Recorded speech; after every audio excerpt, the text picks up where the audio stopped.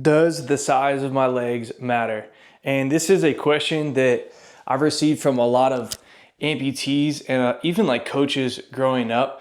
And at first I was like, okay, I got to do more work on my affected side, right? My affected limb. But interesting enough, like when I started working with better and better coaches, they said no, not at all. The size of your quads on your affected limb compared to your biological, your sound side limb does not matter. What matters most is being able to do like single leg exercises on both sides. And a lot of times doing double leg exercises. One really, really interesting study that was done with people that injured like their hand or something, or actually this is a study without injury. What they did was for a few months is the person took one hand and they did forearm grip strength, right? They didn't do anything on their left side. They did that. And what they noticed was they tested both sides before and after the study. What they noticed was that just by working the one hand, like the right side, 70% of the power transferred to their left side. So even by working my sound limb, I'm still getting power transferred over to my right side. And the easiest way to explain this is if you've ever touched a doorknob or something metal and you've shocked yourself, right?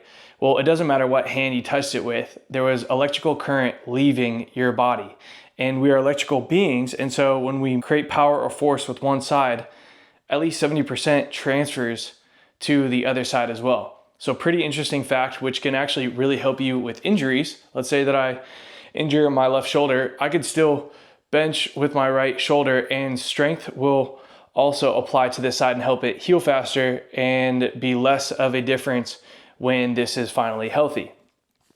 And when it came time to training with these really good coaches, like in 2016 or 15, I started working with this coach named Dan Path. And he's, if you know track and field, he's one of the goats of track and field.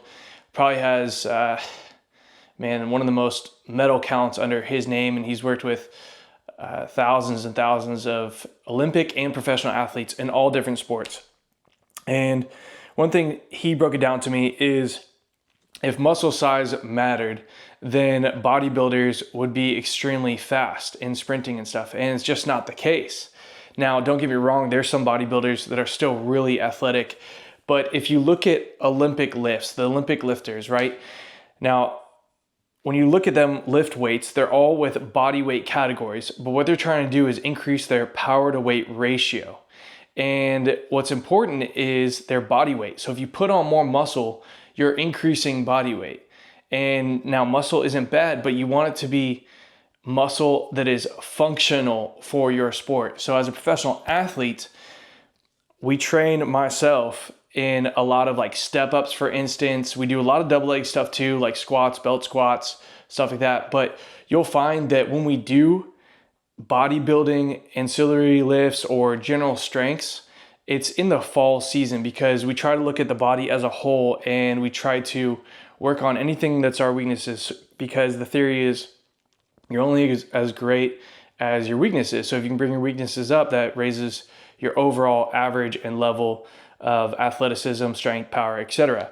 So we'll do a lot of bodybuilding, like leg extension stuff. But if you think about it, like for instance, leg extensions, making my quad bigger, how is that going to help me as an athlete, like sprinting? It's not going to increase my speed.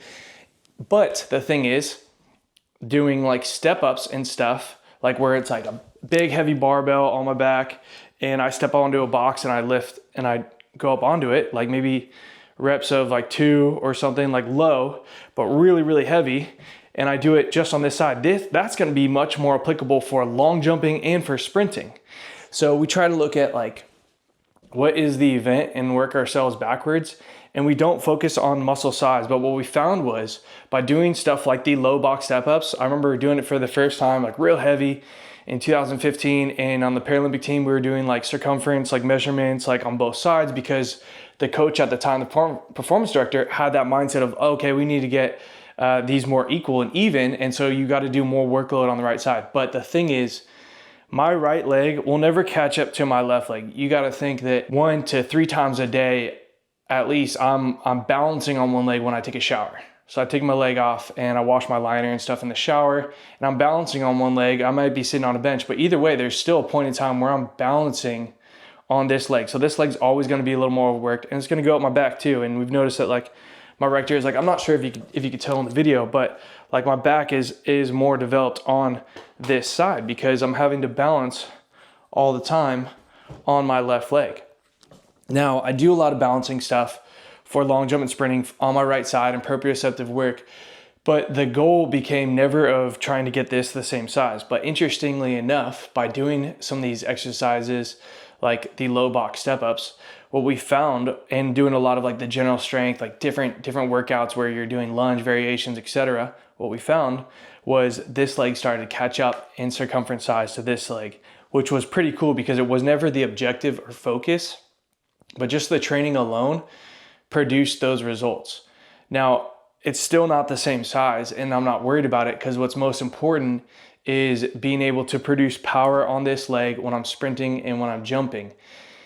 Something interesting I noticed was when I did low box step ups is it was actually easier going on this leg to step up onto the box and push the weight because it was primarily driving from my glute. All right. Now, it was harder on my left side because I had to overcome the ankle, like going forward or backing stuff, and I still had to control a lot more. So it was actually harder doing low box step ups on my sound side than it was on my right side.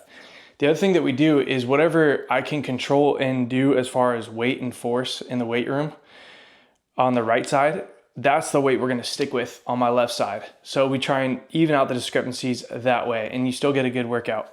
But essentially, more muscle does not equate to functionality. So the solution of circumference and size is not to try and do exercises that are going to try and catch this leg up to this leg.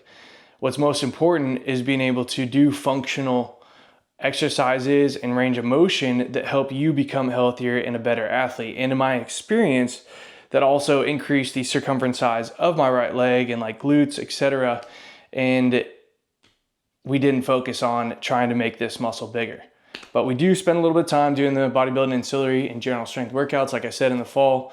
But for the most part, just doing the same thing that I'm doing on my left side, on the right side, and doing functional heavy lifting like deadlifts and stuff too, and cleans and all that, even double leg, but making sure we throw in some single leg stuff in there really helped even it out and helped me sprint faster and long jump farther. So hope this helps because it's been a big question that has come to me even from like coaches, and performance directors on the Paralympic team and other athletes and friends that were trying to, help me out, like, oh, shouldn't you get your right leg like bigger and stuff? But the thing is, man, it's limited. It's going to be always limited, and it'll never catch up to this size. But if you get into bodybuilding, then that's a different story. Then you would focus more on that. And I think that if you focus specifically on that, you would close the gap a lot more. But that's not my sport, and that's not my focus as a track and field athlete. So hope this helps because I can low box step up some incredible weight on my right leg and on my left leg as well. And the biggest thing is, can I sprint and produce more force on my right side instead of just gaining muscle? So muscle doesn't equate to power or force because you can work in the hypertrophy range, which is like 10 to 12 reps, Whereas if I do lower reps, I'm going to minimize the hypertrophy muscle building, but I'm going to increase power and strength through the central nervous system, training the central nervous system, which requires more rest, but that makes me lighter, stronger, and more powerful. And in my sport, that's what's important. So hope this helps. Let me know if you have any other questions about training as an amputee or the prosthetic or anything you got.